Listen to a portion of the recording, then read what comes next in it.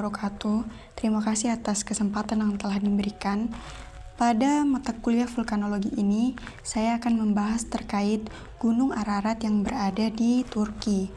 Di sini kami akan menjelaskan tentang tipe dan jenis, mekanisme, faktor, material, geomorfologi, dan bagaimana sejarah terbentuknya. Perkenalkan, nama saya Eli Sekarsari dengan NIM F121-23014. Baik, kita akan masuk ke bagian latar belakang. Gunung Ararat adalah gunung yang terletak di timur laut Turki, dekat dengan perbatasan Armenia dan Iran. Gunung ini memiliki dua puncak, yaitu Ararat Besar dan Ararat Kecil. Gunung Ararat adalah gunung api yang sudah tidak aktif secara vulkanik. Gunung ini terakhir meletus pada tahun 1840. Masuk ke slide selanjutnya terkait tipe gunung api. Pada tipe ini kita akan membahas bentuk-bentuk dari gunung api, aktivitas tektonik, dan jenis letusan yang disebabkan oleh gunung tersebut. Nah, kita akan masuk ke bentuk. Gunung Ararat memiliki bentuk api stratovolcano, juga dikenal sebagai gunung api komposit dengan bentuk kerucut tinggi dan simetris yang berlereng curam. Kemudian terkait aktivitas tektonik yang terjadi di wilayah ini, pada wilayah ini berada di zona pertemuan antara kedua lempeng, yaitu lempeng Eurasia dan lempeng Anatolia, sehingga menyebabkan lokasi ini menjadi rawan terhadap aktivitas seismik. Kemudian jenis letusan. Pada gunung ini memiliki letusan eksplosif, menghasilkan awan panas dengan material piroklastik, ditandai oleh tekanan gas tinggi dan pelepasan material secara tiba-tiba. Masuk kepada pembahasan mekanisme dan faktor. Nah, mekanisme erupsi yang terjadi pada gunung ini diakibatkan oleh tekanan gas yang tinggi dalam fluida magma yang bersifat kental. Adanya gas yang terperangkap akan dilepaskan secara eksplosif, terjadi secara tiba-tiba dan sangat kuat. Pada mekanisme ini disertai pula kehadiran gempa dan longsoran. Selanjutnya adalah faktor pengontrol pada Gunung Ararat. Yang pertama itu adalah komposisi magma. Nah, komposisi magma ini terbagi menjadi dua, yaitu kandungan silika yang tinggi dan kandungan gas volatil. Komposisi magma menyebabkan gas terperangkap lebih lama sehingga dapat meningkatkan tekanan secara internal. Kemudian terkait tekanan dan kedalaman. Nah, kedalaman pada kantong magma itu sendiri memungkinkan terjadinya akumulasi tekanan lebih besar sebelum letusan itu terjadi.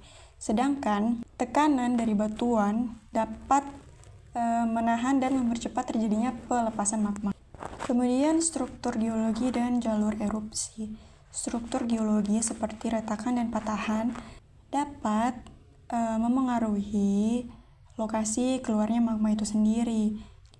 Sedangkan pada jalur erupsi di Gunung Ararat ini kemungkinan terjadi dari jalur samping, bukan pada kawah utama akibat tekanan lokal pada retakan. Seperti yang dijelaskan di awal terkait aktivitas tektonik, pada wilayah ini merupakan zona konvergen aktif yang dapat memicu gempa dan rekahan kerak bumi.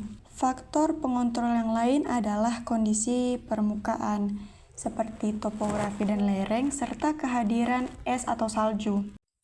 Masuk pada indeks letusan.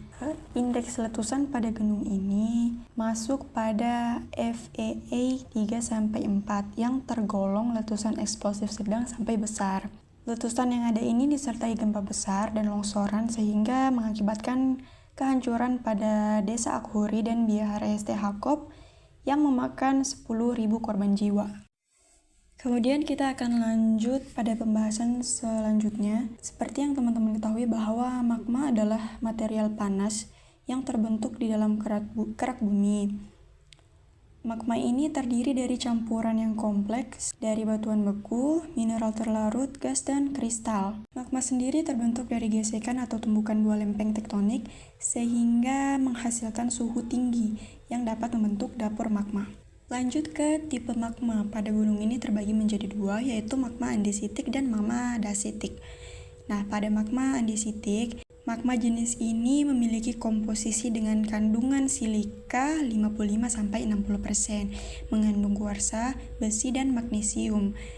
Suhu pada magma ini berkisar antara 800 hingga 1000 derajat Celcius. Selanjutnya ada magma dasitik. Magma dasitik ini memiliki kandungan besar pada plagioklas dan felspar, biotit, hornblende, dan piroxene yang biasa terbentuk di bawah kerak samudra. Pada gambar di atas menjelaskan terkait tipe dari magma. Kita ambil contoh pada satu pembahasan tentang magma basaltik. Nah, magma basaltik ini mengandung kadar SiO2 45-50%. Magmanya bersifat mafic. Temperatur terbentuknya itu pada temperatur dari magma ini 1000-1200 derajat Celcius dengan viskositas yang rendah. Magma basaltik ini biasanya berwarna lebih gelap karena berada jauh di bawah kerak samudra. Kita akan masuk ke material. Material yang dikeluarkan oleh letusan gunung berapi ini adalah abu atau yang biasa disebut dengan as. Kemudian ada lapilli yang berukuran 2-64 mm, bom vulkanik yang berupa bongkahan batu besar, kemudian lava kental yang mengalir lambat, lahar atau aliran lumpur yang dingin, kemudian tercampur oleh material-material yang ada di sekitarnya, serta gas beracun yang mengandung uap ain, karbon dioksida, sulfur oksida, dan hidrogen sulfida. Seperti yang terlihat pada gambar, geomorfologi dari daerah ini tuh membentuk kerucut simetris yang memiliki dua puncak. Nah, gunung ini juga memiliki ketinggian 5137 meter yang ditandai oleh terbentuknya tudung es permanen pada bagian puncak. Nah, lembah pada gunung ini juga membentuk lembah dengan huruf seperti U. Sebelum membahas terkait sejarah dari terbentuknya Gunung Ararat yang ada di Turki, kita akan membahas terkait pergerakan lempeng itu sendiri. Seperti yang terlihat di gambar ini memiliki 3 pergerakan lempeng yang akan dijelaskan pada slide selanjutnya. Terdapat 3 jenis pergerakan lempeng. Yang pertama ada konvergen, kedua ada divergen, dan yang terakhir adalah transform. Nah, konvergen ini adalah pergerakan ketika dua buah lempeng itu saling berdekatan. Proses atau produk dari pergerakan ini itu adalah sebuah pegunungan. Kemudian ada divergen, yang merupakan pergerakan dua buah lempeng yang saling menjauh atau biasanya disebut sebagai pemekaran lantai samudra. Dan yang terakhir adalah transform, ketika dua buah lempeng saling bergesekan satu dengan lainnya. Produk yang dihasilkan dari pergerakan ini adalah terbentuknya sesar San Andreas yang berada di California. Dan yang terakhir kita akan masuk ke sejarah pembentukan Gunung Ararat itu sendiri.